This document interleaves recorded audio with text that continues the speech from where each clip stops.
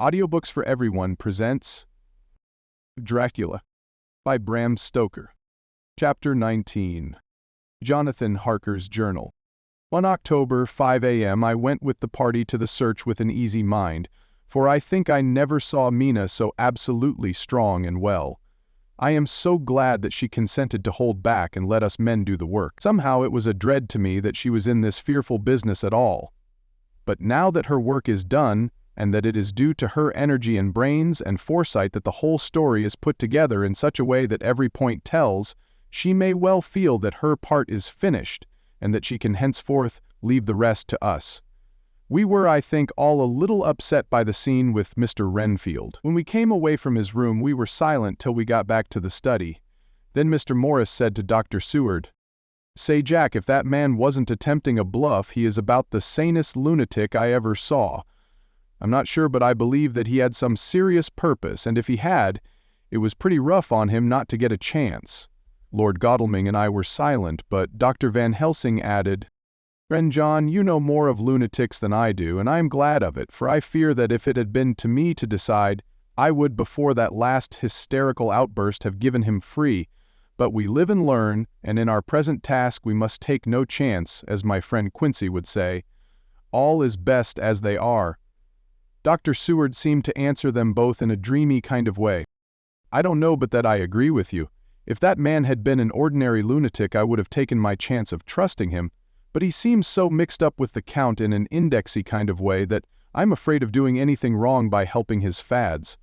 I can't forget how he prayed with almost equal fervor for a cat, and then tried to tear my throat out with his teeth. Besides, he called the Count Lord and Master, and he may want to get out to help him in some diabolical way. That horrid thing has the wolves and the rats and his own kind to help him, so I suppose he isn't above trying to use a respectable lunatic. He certainly did seem earnest, though. I only hope we have done what is best.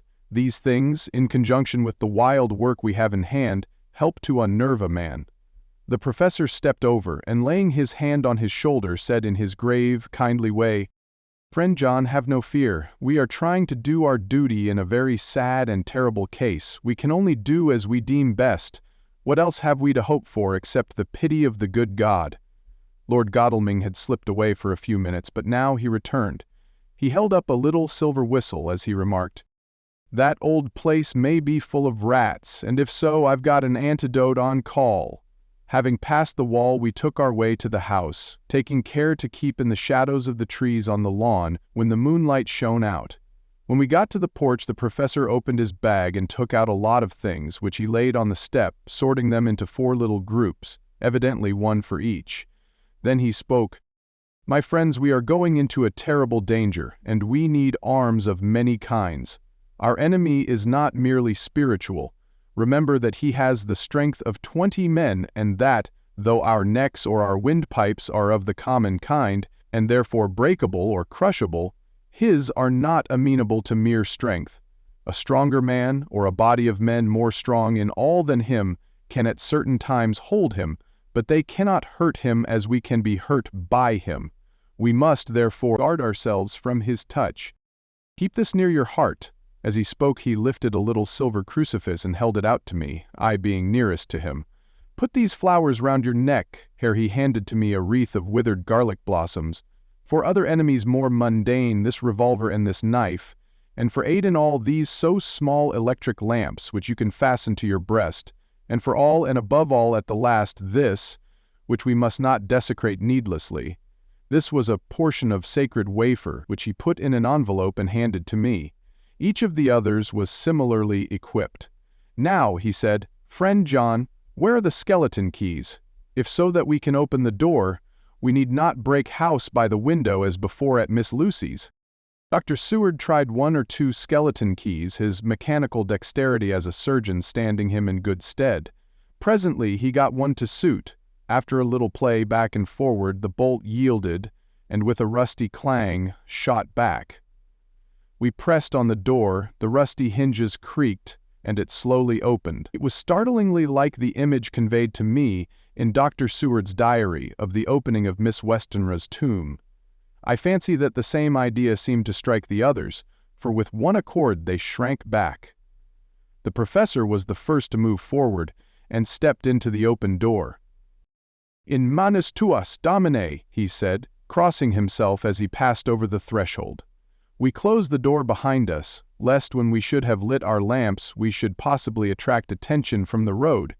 The professor carefully tried the lock, lest we might not be able to open it from within, should we be in a hurry making our exit. Then we all lit our lamps and proceeded on our search. The light from the tiny lamps fell in all sorts of odd forms, as the rays crossed each other, or the opacity of our bodies threw great shadows. I could not for my life get away from the feeling that there was someone else amongst us. I suppose it was the recollection, so powerfully brought home to me by the grim surroundings, of that terrible experience in Transylvania. I think the feeling was common to us all, for I noticed that the others kept looking over their shoulders at every sound and every new shadow, just as I felt myself doing. The whole place was thick with dust. The floor was seemingly inches deep except where there were recent footsteps, in which on holding down my lamp I could see marks of hobnails where the dust was cracked. The walls were fluffy and heavy with dust, and in the corners were masses of spiders' webs, whereon the dust had gathered till they looked like old tattered rags, as the weight had torn them partly down. On a table in the hall was a great bunch of keys, with a time-gallowed label on each. They had been used several times, for on the table were several similar rents in the blanket of dust, similar to that exposed when the professor lifted them. He turned to me and said, "You know this place, Jonathan. You have copied maps of it, and you know it at least more than we do. Which is the way to the chapel?" I had an idea of its direction, though on my former visit I had not been able to get admission to it, so I led the way, and after a few wrong turnings, found myself opposite a low, arched, oaken door, ribbed with iron bands. "This is the spot," said the professor as he turned his lamp on a small map of the house, copied from the file of my original correspondence regarding the purchase. With a little trouble we found the key on the bunch and opened the door. We were prepared for some unpleasantness, for as we were opening the door a faint, malodorous air seemed to exhale through the gaps. But none of us ever expected such an odor as we encountered. None of the others had met the Count at all at close quarters, and when I had seen him he was either in the fasting stage of his existence, in his rooms, or, when he was gloated with fresh blood, in a ruined building open to the air. But here the place was small and close, and the long disuse had made the air stagnant and foul. There was an earthy smell, as of some dry miasma, which came through the fouler air. But as to the odor itself, how shall I describe it? It was not alone that it was composed of all the ills of mortality and with the pungent acrid smell of blood, but it seemed as though corruption had become itself corrupt. Faugh! It sickens me to think of it. Every breath exhaled by that monster seemed to have clung to the place and intensified its loathsomeness. Under ordinary circumstances, such a stench would have brought our enterprise to an end, but this was no ordinary case, and the high and terrible purpose in which we were involved gave us a strength which rose above merely physical considerations. After the involuntary shrinking consequent on the first nauseous whiff, we one and all set about our work as though that loathsome place were a garden of roses. We made an accurate examination of the place, the professor saying as we began, "The first thing is to see how many of the boxes are left. We must then examine every hole and corner and cranny, and see if we cannot get some clue as to what has become of the rest." A glance was sufficient to show how many remained, for the great earth chests were bulky, and there was no mistaking them.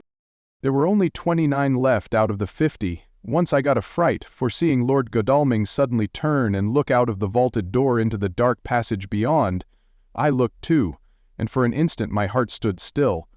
Somewhere, looking out from the shadow, I seemed to see the high lights of the Count's evil face, the ridge of the nose, the red eyes, the red lips, the awful pallor. It was only for a moment, for as Lord Godalming said, "I thought I saw a face, but it was only the shadows," and resumed his inquiry, I turned my lamp in the direction and stepped into the passage.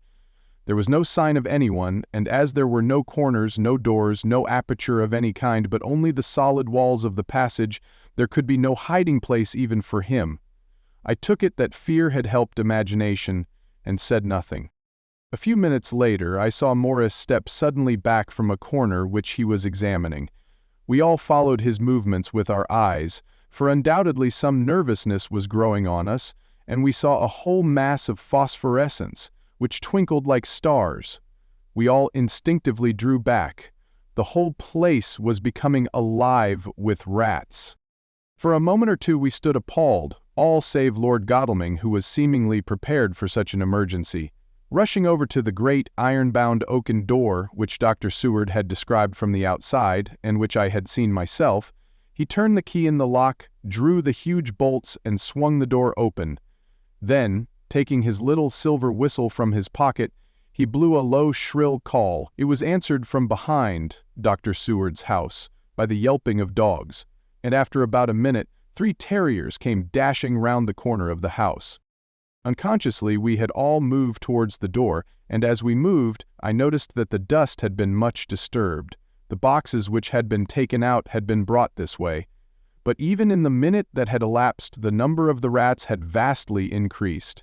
They seemed to swarm over the place all at once, till the lamplight, shining on their moving dark bodies and glittering, baleful eyes, made the place look like a bank of earth set with fireflies. The dogs dashed on, but at the threshold suddenly stopped and snarled, and then simultaneously lifting their noses began to howl in most lugubrious fashion. The rats were multiplying in thousands, and we moved out. Lord Godalming lifted one of the dogs, and carrying him in, placed him on the floor. The instant his feet touched the ground, he seemed to recover his courage, and rushed at his natural enemies. They fled before him so fast that before he had shaken the life out of a score, the other dogs, who had by now been lifted in the same manner, had but small prey ere the whole mass had vanished. With their going it seemed as if some evil presence had departed, for the dogs frisked about and barked merrily as they made sudden darts at their prostrate foes, and turned them over and tossed them in the air with vicious shakes. We all seemed to find our spirits rise. Whether it was the purifying of the deadly atmosphere by the opening of the chapel door, or the relief which we experienced by finding ourselves in the open, I know not, but most certainly the shadow of dread seemed to slip from us like a robe, and the occasion of our coming lost something of its grim significance, though we did not slacken a whit in our resolution. We closed the outer door and barred and locked it, and bringing the dogs with us began our search of the house. We found nothing throughout except dust in extraordinary proportions, and all untouched save for my own footsteps when I had made my first visit. Never once did the dogs exhibit any symptom of uneasiness, and even when we returned to the chapel, they frisked about as though they had been rabbit hunting in a summer wood. The morning was quickening in the east when we emerged from the front. Dr. Van Helsing had taken the key of the hall door from the bunch, and locked the door in orthodox fashion, putting the key into his pocket when he had done. "So far," he said, "our night has been eminently successful. No harm has come to us, such as I feared might be, and yet we have ascertained how many boxes are missing. More than all do I rejoice that this, our first, and perhaps our most difficult and dangerous step, has been accomplished without the bringing thereinto our most sweet Madam Mina, or troubling her waking or sleeping thoughts with sights and sounds and smells of horror, which she might never forget. One lesson, too, we have learned, if it be allowable to argue a particularity, that the brute beasts, which are to the Count's command, are yet themselves not amenable to his spiritual power. For look, these rats that would come to his call, just as from his castle top he summoned the wolves to your going and to that poor mother's cry, though they come to him, they run pell-mell from the so little dogs of my friend Arthur. We have other matters before us, other dangers, other fears. And that monster? He has not used his power over the brute world for the only or the last time tonight. So be it that he has gone elsewhere. Good. It has given us opportunity to cry, check, in some ways, in this chess game, which we play for the stake of human souls. And now, let us go home. The dawn is close at hand, and we have reason to be content with our first night's work. It may be ordained that we have many nights and days to follow, if full of peril, but we must go on, and from no danger shall we shrink. The house was silent when we got back, save for some poor creature who was screaming away in one of the distant wards, and a low moaning sound from Renfield's room. The poor wretch was doubtless torturing himself, after the manner of the insane, with needless thoughts of pain. I came tiptoe into our own room and found Mina asleep, breathing so softly that I had to put my ear down to hear it. She looks paler than usual. I hope the meeting tonight has not upset her. I am truly thankful that she is to be left out of our future work, and even of our deliberations. It is too great a strain for a woman to bear. I did not think so at first, but I know better now. Therefore I am glad that it is settled. There may be things which would frighten her to hear, and yet to conceal them from her might be worse than to tell her if once she suspected that there was any concealment. Henceforth, our work is to be a sealed book to her, till at least such time as we can tell her that all is finished, and the earth free from a monster of the nether world. I dare say it will be difficult to begin to keep silence after such confidence as ours, but I must be resolute, and tomorrow I shall keep dark over tonight's doings, and shall refuse to speak of anything that has happened. I rest on the sofa so as not to disturb her. On October later, I suppose it was natural that we should have all overslept ourselves, for the day was a busy one and the night had no rest at all. Even Mina must have felt its exhaustion, for though I slept till the sun was high, I was awake before her, and had to call 2 or 3 times before she awoke. Indeed, she was so sound asleep that for a few seconds she did not recognize me, but looked at me with a sort of blank terror, as one looks who has been waked out of a bad dream. She complained a little of being tired, and I let her rest till later in the day. We now know of 21 boxes having been removed, and if it be that several were taken in any of these removals, we may be able to trace them all. Such will of course immensely simplify our labor, and the sooner the matter is attended to, the better. I shall look up Thomas Snelling today. Dr. Seward's Diary, 1 October. It was towards noon when I was awakened by the professor walking into my room. He was more jolly and cheerful than usual, and it is quite evident that last night's work has helped to take some of the brooding weight off his mind. After going over the adventure of the night, he suddenly said, "Your patient interests me much. May it be that with you I visit him this morning? Or if that you are too occupied, I can go alone if it may be. It is a new experience to me to find a lunatic who talked philosophy and reasoned so sound." I had some work to do which pressed, so I told him that if he would go alone I would be glad, as then I should not have to keep him waiting. So I called an attendant and gave him the necessary instruction. Before the professor left the room, I cautioned him against getting any false impression from my patient. "But," he answered, "I want him to talk of himself and of his delusion as to consuming live things. He said to Madam Mina, as I see in your diary of yesterday, that he had once had such a belief. Why do you smile, friend John?" "Excuse me," I said, "but the answer is here." I laid my hand on the typewritten matter. When our sane and learned lunatic made that very statement of how he used to consume life, his mouth was actually nauseous with the flies and spiders which he had eaten just before Mrs. Harker entered the room. Van Helsing smiled in turn. "Good," he said. "Your memory is true, friend John. I should have remembered. And yet it is this very obliquity of thought and memory which makes mental disease such a fascinating study. Perhaps I may gain more knowledge out of the folly of this madman than I shall from the teaching of the most wise. Who knows?" I went on with my work, and before long was through that in hand. It seemed that the time had been very short indeed, but there was Van Helsing back in the study. "Do I interrupt?" he asked politely as he stood at the door. "Not at all," I answered. "Come in. My work is finished and I am free. I can go with you now if you like." "It is needless. I have seen him." "Well?" "I fear that he does not appraise me at much. Our interview was short. When I entered his room he was sitting on a stool in the center, with his elbows on his knees, and his face was the picture of sullen discontent. I spoke to him as cheerfully as I could, and with such a measure of respect as I could assume. He made no reply whatever. "Don't you know me?" I asked. His answer was not reassuring. "I know you well enough. You are the old fool Van Helsing. I wish you would take yourself and your idiotic brain theories somewhere else. Damn all thick-headed Dutchmen." Not a word more would he say, but sat in his implacable sullenness as indifferent to me as though I had not been in the room at all. Thus departed for this time my chance of much learning from this so clever lunatic. So I shall go, if I may, and cheer myself with a few happy words with that sweet soul Madam Mina. Friend John, it does rejoice me unspeakable that she is no more to be pained, no more to be worried with our terrible things. Though we shall much miss her help, it is better so. I agree with you with all my heart, I answered earnestly, for I did not want him to weaken in this matter.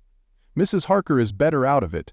Things are quite bad enough for us, all men of the world and who have been in many tight places in our time. But it is no place for a woman, and if she had remained in touch with the affair, it would in time infallibly have wrecked her. So Van Helsing has gone to confer with Mrs. Harker, and Harker, Quincy and Art are all out following up the clues as to the earth boxes. I shall finish my round of work and we shall meet tonight. Mina Harker's Journal. 1 October, it is strange to me to be kept in the dark as I am today. After Jonathan's full confidence for so many years, to see him manifestly avoid certain matters and those the most vital of all. This morning I slept late after the fatigues of yesterday, and though Jonathan was late too, he was the earlier. He spoke to me before he went out, never more sweetly or tenderly, but he never mentioned a word of what had happened in the visit to the Count's house. And yet he must have known how terribly anxious I was, poor dear fellow. I suppose it must have distressed him even more than it did me. They all agreed that it was best that I should not be drawn further into this awful work, and I acquiesced. But to think that he keeps anything from me! And now I am crying like a silly fool, when I know it comes from my husband's great love, and from the good wishes of those other strong men. That has done me good. Well, some day Jonathan will tell me all, and, lest it should ever be that he should think for a moment that I kept anything from him, I still keep my journal as usual. Then, if he is feared of my trust, I shall show it to him, with every thought of my heart put down for his dear eyes to read. I suppose it is the reaction from the terrible excitement. Last night I went to bed when the men had gone simply because they told me to. I didn't feel sleepy, and I did feel full of devouring anxiety. I kept thinking over everything that has been ever since Jonathan came to see me in London, and it all seems like a horrible tragedy, with fate pressing on relentlessly to some destined end. Everything that one does seems, no matter how right it may be, to bring on the very thing which is most to be deplored. If I hadn't gone to Whitby, perhaps poor dear Lucy would be with us now. She hadn't taken to visiting the churchyard till I came, and if she hadn't come there in the daytime with me, she wouldn't have walked there in her sleep. And if she hadn't gone there at night and asleep, that monster couldn't have destroyed her as he did. Oh, why did I ever go to Whitby? There now, crying again. I wonder what has come over me today. I must hide it from Jonathan, for if he knew that I had been crying twice in one morning, I who never cried on my own account and whom he has never caused to shed a tear, the dear fellow would fret his heart out. I shall put a bold face on, and if I do feel weepy, he shall never see it. I suppose it is one of the lessons that we poor women have to learn. I can't quite remember how I fell asleep last night. I remember hearing the sudden barking of the dogs, and a lot of queer sounds, like praying on a very tumultuous scale, from Mr. Renfield's room, which is somewhere under this. And then there was silence over everything, silence so profound that it startled me, and I got up and looked out of the window. All was dark and silent, the black shadows thrown by the moonlight seeming full of a silent mystery of their own. Not a thing seemed to be stirring, but all to be grim and fixed as death or fate, so that a thin streak of white mist, that crept with almost imperceptible slowness across the grass towards the house, seemed to have a sentience and a vitality of its own. I think that the digression of my thoughts must have done me good, for when I got back to bed, I found a lethargy creeping over me. I lay a while but could not quite sleep, so I got out and looked out of the window again. The mist was spreading and was now close up to the house, so that I could see it lying thick against the wall as though it were stealing up to the windows. The poor man was more loud than ever, and though I could not distinguish a word he said, I could in some way recognize in his tones some passionate entreaty on his part. Then there was the sound of a struggle, and I knew that the attendants were dealing with him. I was so frightened that I crept into bed and pulled the clothes over my head, putting my fingers in my ears. I was not then a bit sleepy, at least so I thought, but I must have fallen asleep, for, except dreams, I do not remember anything until the morning, when Jonathan woke me. I think that it took me an effort and a little time to realize where I was, and that it was Jonathan who was bending over me. My dream was very peculiar and was almost typical of the way that waking thoughts become merged in, or continued in, dreams. I thought that I was asleep, and waiting for Jonathan to come back. I was very anxious about him, and I was powerless to act. My feet and my hands and my brain were weighted, so that nothing could proceed at the usual pace. And so I slept uneasily and thought. Then it began to dawn upon me that the air was heavy and dank and cold. I put back the clothes from my face and found to my surprise that all was dim around. The gaslight, which I had left lit for Jonathan but turned down, came only like a tiny red spark through the fog, which had evidently grown thicker and poured into the room. Then it occurred to me that I had shut the window before I had come to bed. I would have got out to make certain on the point, but some leaden lethargy seemed to chain my limbs and even my will. I lay still and endured. That was all. I closed my eyes, but could still see through my eyelids. It is wonderful what tricks our dreams play us, and how conveniently we can imagine. The mist grew thicker and thicker, and I could see now how it came in, for I could see it like smoke, or with the white energy of boiling water, pouring in not through the window, but through the joinings of the door. It got thicker and thicker, till it seemed as if it became concentrated into a sort of pillar of cloud in the room, through the top of which I could see the light of the gas shining like a red eye. Things began to whirl through my brain just as the cloudy column was now whirling in the room, and through it all came the scriptural words, "A pillar of cloud by day and of fire by night."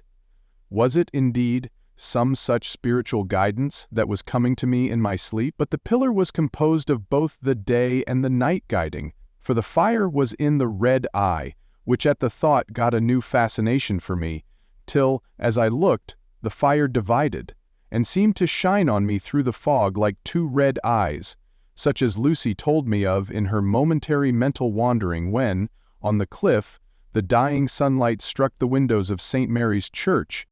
Suddenly the horror burst upon me that it was thus that Jonathan had seen those awful women growing into reality through the whirling mist in the moonlight. And in my dream I must have fainted, for all became black darkness. The last conscious effort which imagination made was to show me a livid white face bending over me out of the mist. I must be careful of such dreams, for they would unseat one's reason if there were too much of them. I would get Dr. Van Helsing or Dr. Seward to prescribe something for me which would make me sleep, only that I fear to alarm them. Such a dream at the present time would become woven into their fears for me. Tonight I shall strive hard to sleep naturally. If I do not, I shall tomorrow night get them to give me a dose of chloral. That cannot hurt me for once, and it will give me a good night's sleep. Last night tired me more than if I had not slept at all.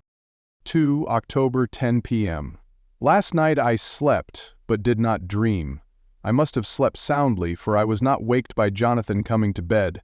But the sleep has not refreshed me, for today I feel terribly weak and spiritless. I spent all yesterday trying to read, or lying down dozing. In the afternoon Mr. Renfield asked if he might see me. Poor man, he was very gentle, and when I came away he kissed my hand and bade God bless me. Some way it affected me much. I am crying when I think of him. This is a new weakness of which I must be careful. Jonathan would be miserable if he knew I had been crying. He and the others were out till dinner time, and they all came in tired. I did what I could to brighten them up, and I suppose that the effort did me good, for I forgot how tired I was. After dinner they sent me to bed, and all went off to smoke together, as they said, but I knew that they wanted to tell each other of what had occurred to each during the day. I could see from Jonathan's manner that he had something important to communicate. I was not so sleepy as I should have been. So before they went I asked Dr. Seward to give me a little opiate of some kind, as I had not slept well the night before. He very kindly made me up a sleeping draught, which he gave to me, telling me that it would do me no harm, as it was very mild. I have taken it and am waiting for sleep, which still keeps aloof.